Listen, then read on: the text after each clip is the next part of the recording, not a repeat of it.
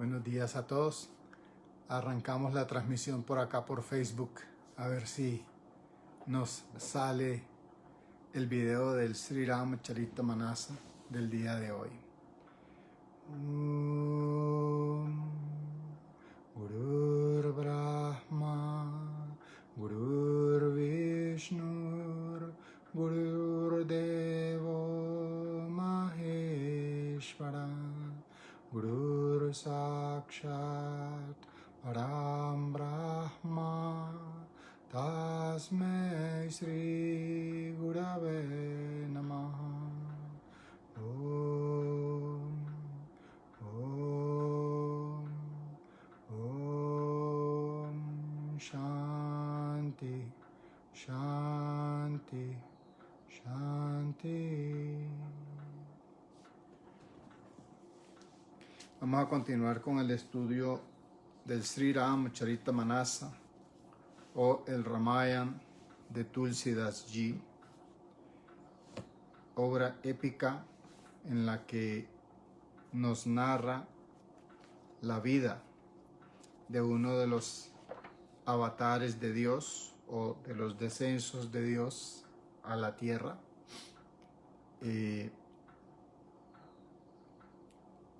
En la forma de un rey que existió en India, el rey Ramchandra Raghu.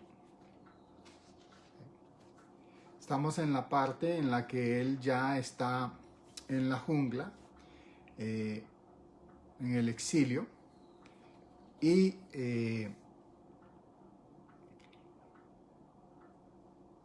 llegó una demonia a pretender conquistarlos. El señor Ram se negó, la demonia se enojó, su hermano Lakshman y su guardaespaldas, vamos a decirlo así, era su hermano y su guardaespaldas, lesionó a la demonia. Vinieron los demonios en retaliación a querer atacar al señor Ram y él los despachó a todos. ¿Okay? Entonces nos continúa diciendo Maharaja Tulsidas: cuando el señor de los Raghus venció de esta manera a todos sus enemigos en batalla, los dioses, los seres humanos y los sabios, todos se sintieron liberados de sus temores. Luego Lakshman trajo entonces a Sita de regreso a la casa.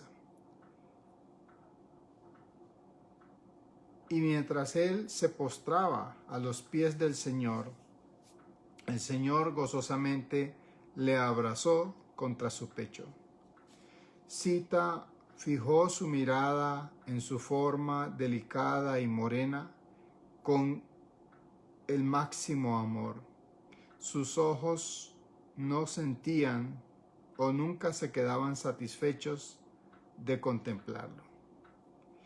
Morando de esta manera en Panchavati, el bendito Señor de los Raghus realizó actos que deleitaron a los dioses y a los sabios por igual. Percibiendo que la destrucción de Kara y Dusan, al enterarse de la destrucción de Kara y Dusan, Surpanak entonces fue donde Ravan y le instigó en contra del señor Ram. En su gran furia, ella le describió con las siguientes palabras: menospreciando todo, descartando todo pensamiento de tu reino y tus conquistas, bebes y duermes durante todo el día y la noche, y ya no estás pendiente de los enemigos que se te puedan presentar. Y ahora tienes, a causa de eso, un enemigo a las puertas de tu reino. La soberanía sin introspección política, sin visión política, la riqueza sin virtud, las acciones nobles que no han sido ofrecidas al Señor Harí o a Dios mismo, y la erudición que no conduce a la sabiduría, no es más que una labor infructuosa para aquel hombre que ha ganado un reino o riquezas, para el que realiza actos de nobleza o para el estudiante buscador de la sabiduría, respectivamente. Un ermitaño queda fácilmente atrapado por el apego, un rey por un mal consejo, la sabiduría envuelta por el engaño, la modestia por la bebedera, la amistad por la búsqueda de amor y un hombre de mérito por la vanidad. Tal es la máxima que he escuchado de los sabios. Oigan esta gran sabiduría con la que esta demonia está hablando, que si bien ella es una demonia, es alguien lleno de vicios, es una mujer lujuriosa, no le quita el hecho de que ella sea así, la sabiduría de esto que está diciendo. Y quiero que lo repasemos para que empecemos a entender qué es lo que nos puede hacer a nosotros caer en la vida. ¿Ok? Miren lo que ella le dice.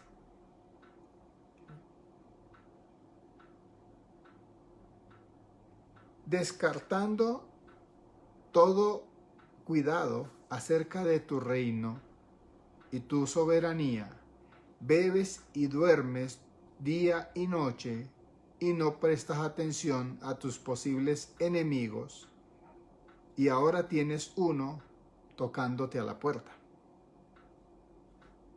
La soberanía sin una visión espiritual. La riqueza que está divorciada de la virtud, es decir, tener riqueza sin virtud. Tener soberanía, autonomía, independencia, sin un conocimiento, o no es conocimiento la palabra, sin una visión que te permita mantener esa soberanía, esa libertad. ¿Okay? Y la erudición, los actos nobles, las buenas obras que no han sido ofrendadas debidamente a Dios, no producen ningún resultado. Del mismo modo que aquella erudición que no te conduce a la sabiduría, todas esas actividades son inútiles, son infructuosas. ¿Okay? Yo recuerdo haber leído una historia cuando a los esclavos Abraham Lincoln, el presidente de Estados Unidos, les dio su libertad porque abolió la esclavitud, y los esclavos salieron felices, libres. En cosa de 6 meses a 1 año, la mayoría de ellos volvieron donde sus amos a pedirles que los volvieran a esclavizar, porque se dieron cuenta que la libertad o la soberanía, ¿okay?, requería de ciertas responsabilidades a las cuales ellos no estaban habituados. Entonces prefirieron volver y ofrecerse como esclavos nuevamente, y aunque pues por ley no se permitía, ahí fue donde empezó a nacer el empleo, ¿ok? Porque el individuo no se sentía capaz de generarse su propio sustento, de generarse su propio mantenimiento. ¿Ok? Entonces eso es lo que debemos tener claro. Por eso nos dice que la soberanía, la autonomía, la independencia, sin la visión interna de yo saber cómo yo voy a generarme o a ganarme mi vida, pues es complicado. Y ese es uno de los fenómenos que estamos viendo ahorita con la juventud actual, que los padres les han acostumbrado de manera tal a una dependencia del hogar, que pues tenemos personas de 25, 26, 27 años todavía viviendo en el hogar paterno y materno, porque no han desarrollado esa capacidad, esa visión interior de poder ser autónomos. Entonces es como la avecita que se asoma al borde del nido, ve el precipicio abajo y se aterra y prefiere quedarse en el nido. Porque los padres, en esa distorsión que la psicología moderna le ha metido a la educación, han generado que los hijos no tengan esa capacidad interior y ese impulso interior de buscar independizarse lo antes posible. Entonces se ha generado una serie, por eso tenemos el fenómeno actualmente de los ninis, que son los chicos que ya salieron de la universidad o salieron del bachillerato y ya no estudian, pero tampoco trabajan. Entonces, ni estudian ni trabajan. No son productivos ni para ellos mismos ni para el hogar en el que están. No contribuyen en la casa. ¿Ok? Todo eso se debe ¿a qué? A que no hemos desarrollado en ellos esa capacidad interior de poder ser autónomos, autosuficientes e independientes. Y es lo que ella le dice acá a su hermano Ravan. Surpanakha le dice, la soberanía o la autonomía sin esa capacidad de autosustentamiento es una actividad inútil. Porque vas a tener que llegar a depender de alguien, inevitablemente. La riqueza que está divorciada de la virtud también es inútil. Porque si yo tengo mucho dinero, pero no soy alguien que tenga valores, que tenga unos principios para saber cómo manejar aquella riqueza, pues simple y llanamente va a ser un trabajo de corrupción. Va a hacer que ese dinero, esa riqueza que yo poseo, no haga más que perjudicar a los demás y perjudicarme a mí mismo. Porque la riqueza, cuando no hay virtud para entender que la riqueza no es tuya, sino que la divinidad te está utilizando a ti como el tesorero, el administrador de esa riqueza, más no como el dueño de la riqueza, porque todo lo que tú generes aquí se va a quedar aquí. No hay nada a lo que tú te puedas llevar. Entonces simplemente somos administradores de esa riqueza.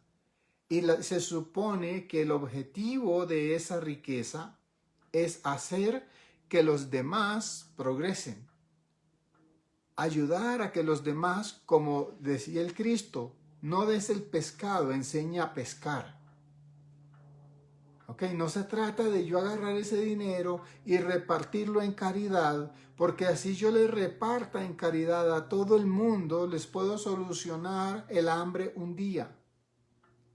No, yo lo que tengo que hacer es tomar ese dinero y generar fuentes de conocimiento para que la gente pueda acudir ahí, obtener el conocimiento de cómo volverse autónomos, cómo hacerse productivos y finalmente generar su propia prosperidad. Ese es el objetivo. Pero entonces, si yo no tengo la virtud, los principios, los valores necesarios para poder hacer ese trabajo, más me vale no tener esa riqueza. Porque entonces la voy a dilapidar, la voy a derrochar en parrandas, en viajes, en esto, en lo otro. Y cuando venga a ver, al cabo de unos cuantos años, esa riqueza la he desaparecido, literalmente. Por eso ella le dice, la riqueza o la prosperidad sin virtud es inútil. Los actos de bondad o los actos nobles que no han sido ofrecidos previamente a Dios también son inútiles. O sea, cuando yo hago un acto de bondad y me filmo haciendo aquella caridad, eso no es caridad, eso es publicidad. Y estoy pagando la publicidad con la comida que le estoy dando a las personas. Si yo hago el acto de caridad, el acto de bondad, por amor a Dios, porque entiendo que aquella persona a la que voy a ayudar también es Dios manifestado, o aquel animalito, si lo que me gusta es ayudar a los animales, es Dios manifestado, y lo hago porque amo a Dios y en esa criatura, sea persona animada o sea inanimada, está Dios. Y veo a Dios ahí, entonces estoy ofrendando mi acto de caridad, mi buena obra a Dios. Y ese es el trabajo. Cuando yo hago ese acto por ese amor a Dios, ese acto es útil, es beneficioso. Pero si yo no hago ese acto por amor a Dios, es inútil. Porque es simplemente una mera complacencia egocéntrica en la cual yo me quiero sentir que yo soy buena persona. Y eso no es conducente a absolutamente nada beneficioso.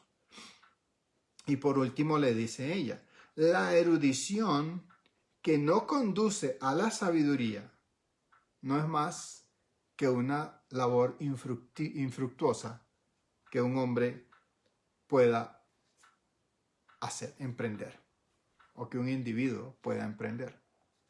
Porque de nada me sirve el yo ganar conocimiento, el yo ganar erudición, tener mucha sapiencia, si sigo siendo igual de torpe. Ok, es como decir, los médicos saben que fumar es nocivo para la salud. Sin embargo, vas a encontrar médicos que fuman. Ahí hay erudición, pero no sabiduría. Un médico que sepa que tomar licor es nocivo para la salud y sin embargo tome licor, es un médico ilustrado, pero es un tonto, no es un sabio. Un médico sabe que consumir drogas es perjudicial para el cerebro, pero tú vas a encontrar médicos que consumen droga. Entonces son personas ilustradas, son personas eruditas, pero no son sabios. Entonces vemos cómo esta persona, aunque tiene mucho conocimiento, realmente su vida es un fracaso. Eso es lo que debemos tener claro. Si yo tengo mucha prosperidad, mucha riqueza, pero no tengo virtud, he fracasado. Si yo hago actos nobles, soy caritativo, soy dadivoso, soy compasivo, pero lo hago para que tengan una idea de mí como alguien noble, compasivo, he fracasado. Si yo tengo autonomía, pero no tengo la capacidad de generar para mí y para otros la prosperidad, he fracasado. Y del mismo modo, de nada me sirve tener mucho conocimiento si no soy capaz de dirigir mi vida de una manera adecuada, sensata, hacia la excelencia, hacia yo convertirme en la mejor versión de mí mismo. He fracasado. Por eso ella le dice, todas estas 4 cosas no te sirven de absolutamente nada si no van acompañadas de las otras. Luego le agrega, ¿sí?, un renunciante, un anacoreta, alguien que está en la búsqueda exclusiva de Dios, rápidamente queda acabado si se apega a algo o a alguien. Todo desapasionamiento, toda renuncia, todo desentendimiento, toda capacidad de aislarse, de dedicarse a sus prácticas espirituales, todo eso desaparece en un instante si el individuo se apega a algo. El apego es la causa fundamental del sufrimiento. Entonces, toda esa paz que tú puedas haber experimentado en tus estados meditativos, de reclusión, de contacto con la divinidad, si tan solo tú te dejas atrapar por algún apego, todos esos años de prácticas espirituales desaparecieron. No sirvieron de absolutamente nada. Luego le dice, un rey que escucha malos consejos, que se rodea de aduladores, no de amigos verdaderos que le señalen sus faltas, sino que él no es capaz de tolerar que le hagan una crítica, que le hagan una observación, y él solo quiere oír que lo que hace es bien. Un líder, cualquiera, no solo, aquí hablan de rey, pero estamos hablando de cualquier líder, empresarial, religioso, lo que sea, un líder que no es capaz de tolerar que le hagan una observación negativa, que le digan en qué está fallando, sino que solo quiere el aplauso y el reconocimiento, ese líder está condenado al fracaso. ¿Por qué? Porque al no escuchar en qué puede él estar fallando, al no escuchar a aquellos que le son sinceros, e incluso al no escuchar al enemigo, porque el enemigo lo que va a hacer es mostrarte tus puntos débiles y mostrarte por qué se volvió tu enemigo. Al no escuchar a esas personas, sino escuchar únicamente a los aduladores, ese líder está condenado al fracaso. Por eso le dice, un rey que solo escucha malos consejos está condenado a caer. La sabiduría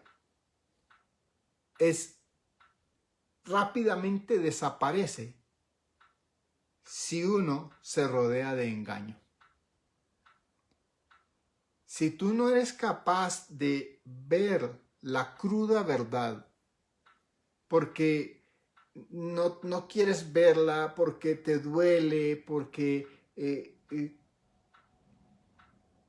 te niegas a verla, no importa cuánta sabiduría tú hayas acumulado, en el instante en que tú te niegas a ver la verdad tal cual es, por temor, por dolor, por duda, por lo que sea, esa sabiduría, en ese instante,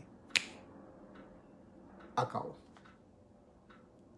De nada te sirve haber acumulado sabiduría durante muchos años si pierdes la capacidad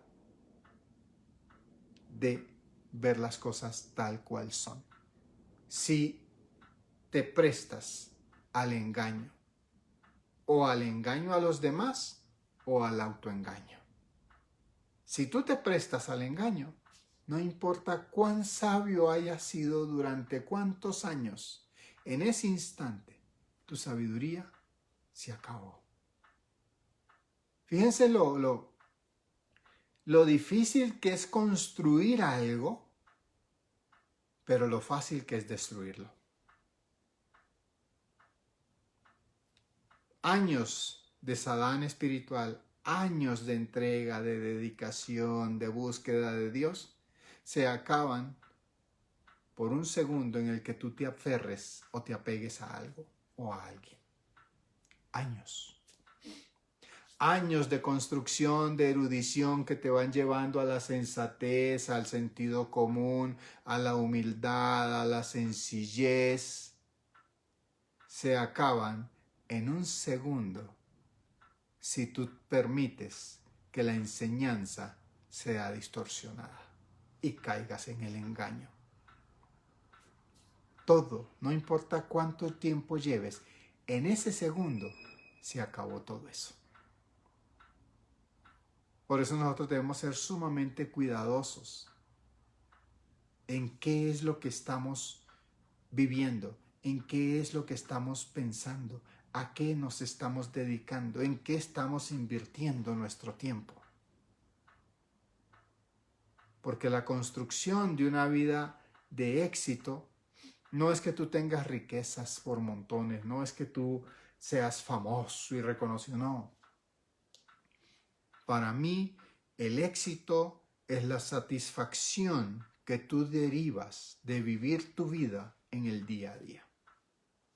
Esa paz, esa tranquilidad, esa armonía, esa relajación, ese estado de gozo permanente del conocimiento que has ganado y de la energía que tú puedes ver que hay en todo esto y permanecer en comunión constante con ese conocimiento, con esa energía, con ese gozo, maravillándote del día a día, cómo suceden las cosas, sin dejarte jamás llevar por la angustia, por el miedo, por la preocupación, sino que estás en paz, en tranquilidad, en armonía, feliz, contento, gozoso. Eso es el éxito. No importa que tú tengas millones o no tengas nada, porque eso es algo lo que tú lo puedes decidir. Y para tener riqueza lo único que hay que hacer es poner el trabajo en el sitio adecuado, de la manera adecuada, y la riqueza se va a generar, es inevitable. Tú quieres tener un árbol de mango, simplemente planta una semilla de mango en la tierra, cultívala y vas a tener el árbol de mango. La prosperidad no es más que simplemente uno ponerse a hacer lo que hay que hacer en donde hay que hacerlo, cuando hay que hacerlo, y la prosperidad te llega. Pero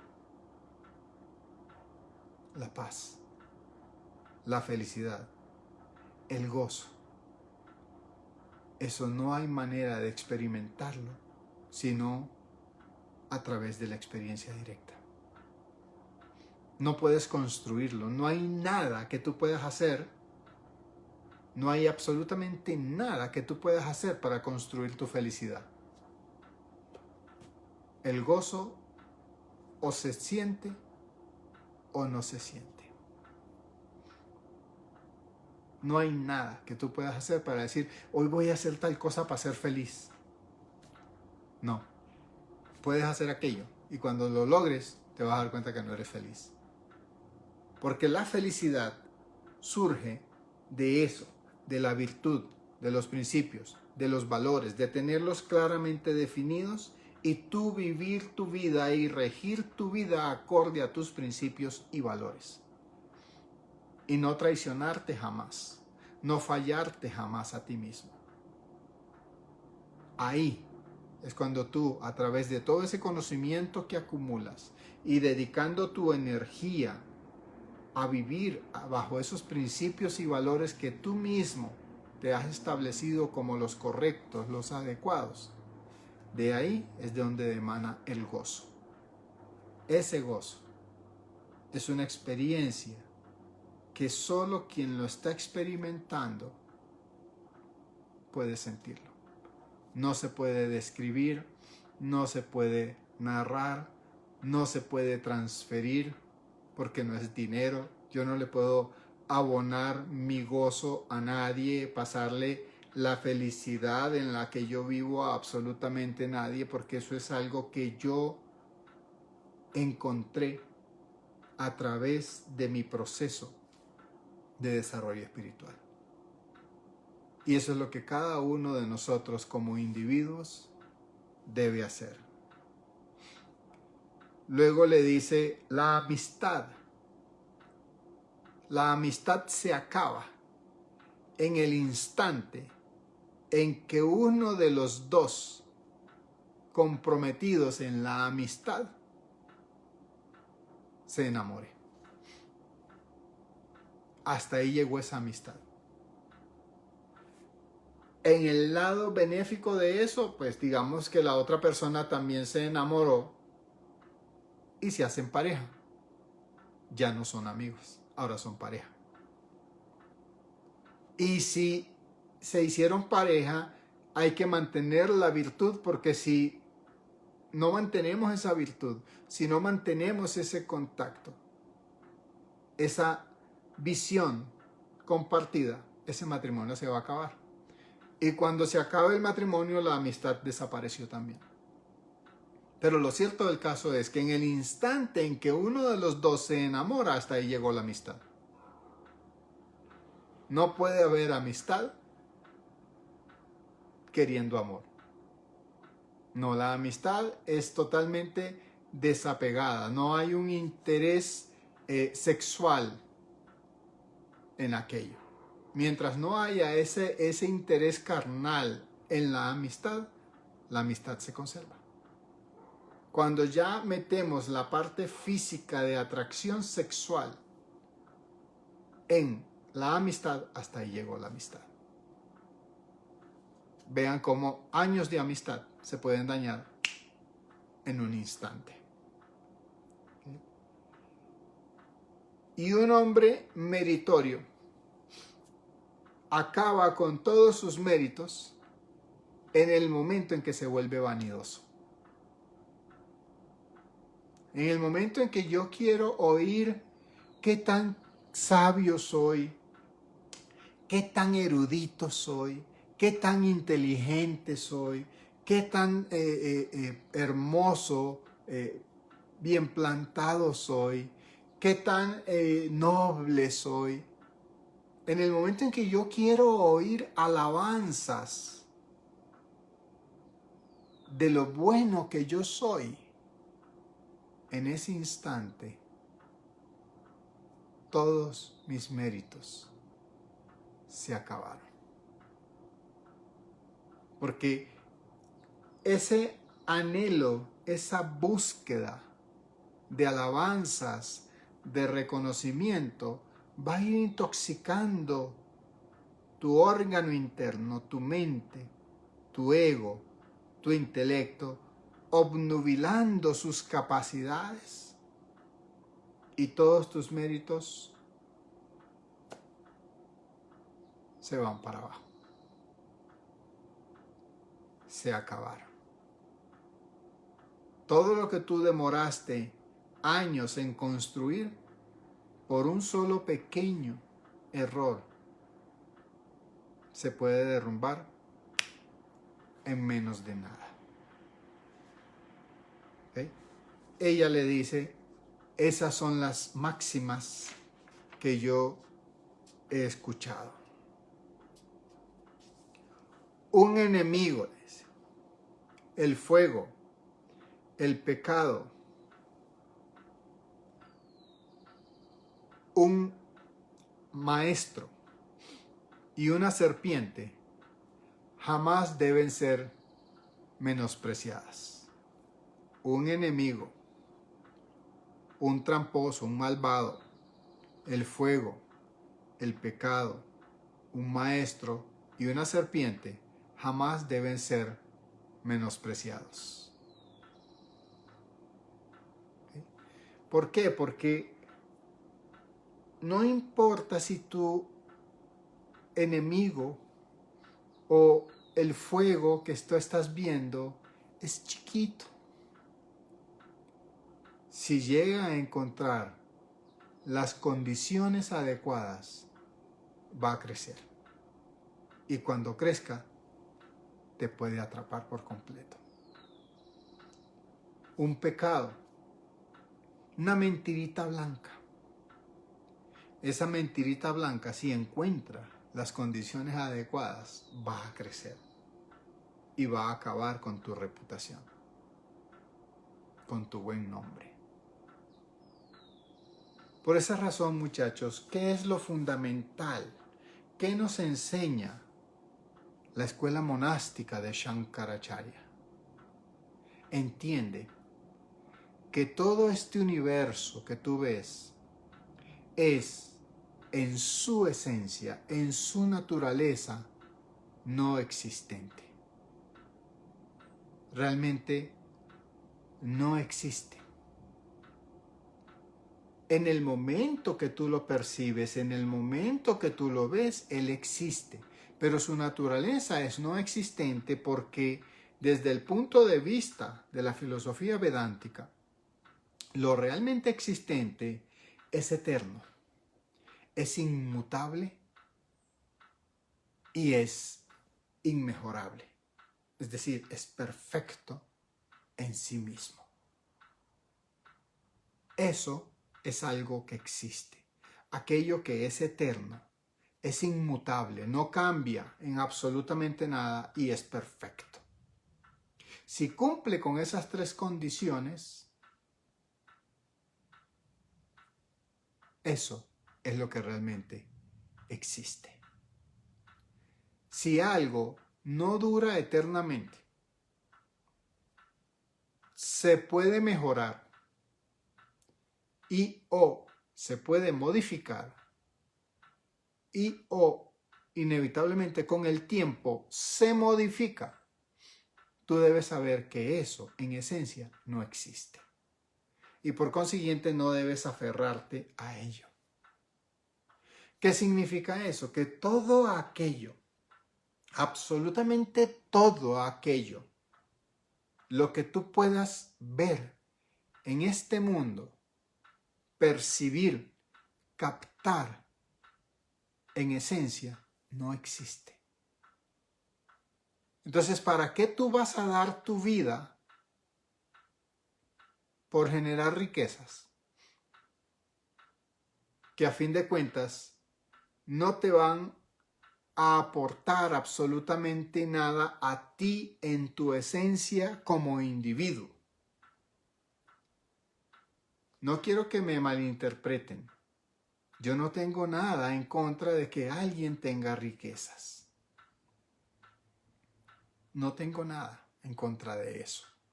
Puedes tener toda la riqueza que quieras. No tengo problema con eso. Lo único que no debes hacer es creerte el dueño, poseedor de aquella riqueza, porque no es tuya. Hoy tú tienes una casa. Esa casa en el pasado fue de alguien y en el futuro, de seguro, va a ser de alguien más. Porque realmente eso nunca ha sido tuyo. Tú lo manifiestas, tú lo experimentas, tú lo vives. Pero no es algo tuyo. Lo tuyo son tres cosas: el conocimiento, la energía y el gozo. Eso eres tú en esencia. Eso es lo único que realmente vale la pena porque es lo único que realmente existe. Esas tres es lo que llamamos el Atman, o el alma, o Dios. Es lo único que realmente existe.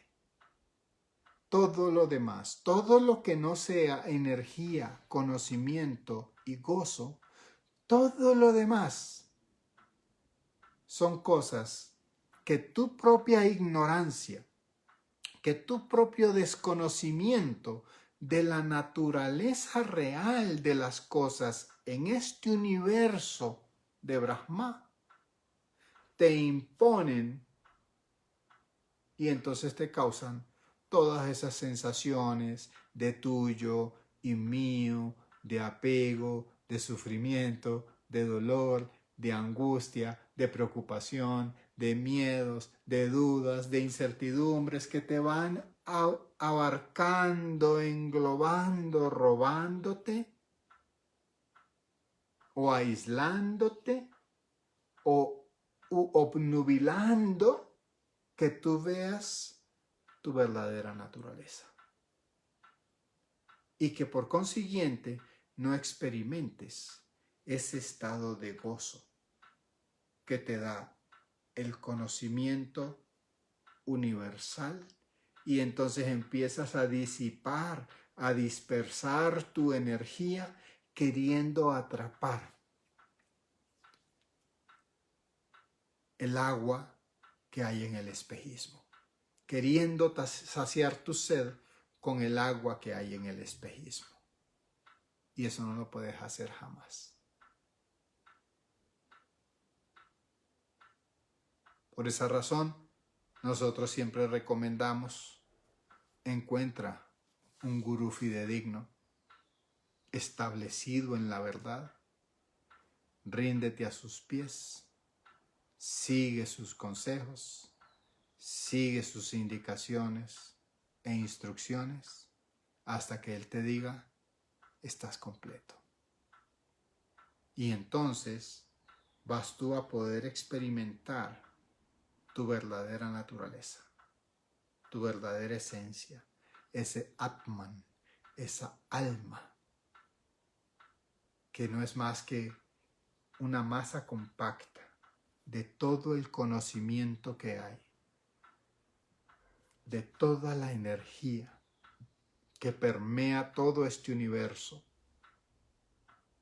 desde las más pequeñas partículas subatómicas hasta las megaestructuras de galaxias y constelaciones. Todo es energía, todo es conocimiento y todo es dicha. Eso es lo único que realmente existe. A eso es a lo que llamamos Atman, o Dios, como se le dice en español, o God, como se le dice en inglés. Tú vas a poder experimentar esa masa compacta de conocimiento, de energía y de gozo cuando dejas de proyectar tus sentidos hacia afuera y a través de un proceso meditativo e introspectivo de autoindagación empiezas a encontrar, a redescubrir tu propia naturaleza, alejando de ti todas las sombras y envolvimientos o engaños que la ignorancia o el desconocimiento, por falta de instrucción adecuada, te mantiene lejos. Cuando tú empiezas, por la gracia de algún grande gurú o maestro, a entrar en ese proceso de autodescubrimiento, de volver a reencontrar tu verdadera naturaleza, eliminando de tu mente, de tu intelecto, de tu ego, todos los condicionamientos, todo engaño, todo ardid, y comienzas a ver las cosas tal cual son. Entonces tu conciencia empieza a experimentar esos estados sutiles que te permiten comenzar a ver lo que es existente diferenciado de lo que en su naturaleza es no existente. Y entonces empiezas tú a contemplar el juego de cómo lo existente permea a aquello que en apariencia es existente, pero que en su esencia es no existente, y le da esa sensación de realidad. Y eso te va dando un gozo inenarrado e inenarrable, indescriptible, porque tú empiezas a ver esa interacción y vives entonces permanentemente en ese estado de paz, de tranquilidad, de armonía, de serenidad, de seguridad, porque ya experimentas aquello que está más allá del alcance de los sentidos, de la mente y del intelecto, que es lo que en los Vedas llamamos el alma, o Atman, como se le dice en sánscrito. Y cuando tú entras en contacto con esa alma, con esa esencia, nunca más te vuelve a capturar el océano de la ignorancia. Nunca más te vuelve a capturar el miedo, la duda, la tristeza. Y se acaba el ciclo de reencarnaciones y muertes, como esa tortura que implica el estar pasando de un cuerpo a otro, porque entiendes realmente cómo es la cosa. Eso es lo que yo quería decirles hoy. Om, Om, Om. Jai Gurudeo Parvatipate Hara Hara Mahadev. Nos vemos el próximo domingo. Dios los bendiga. Los amo mucho.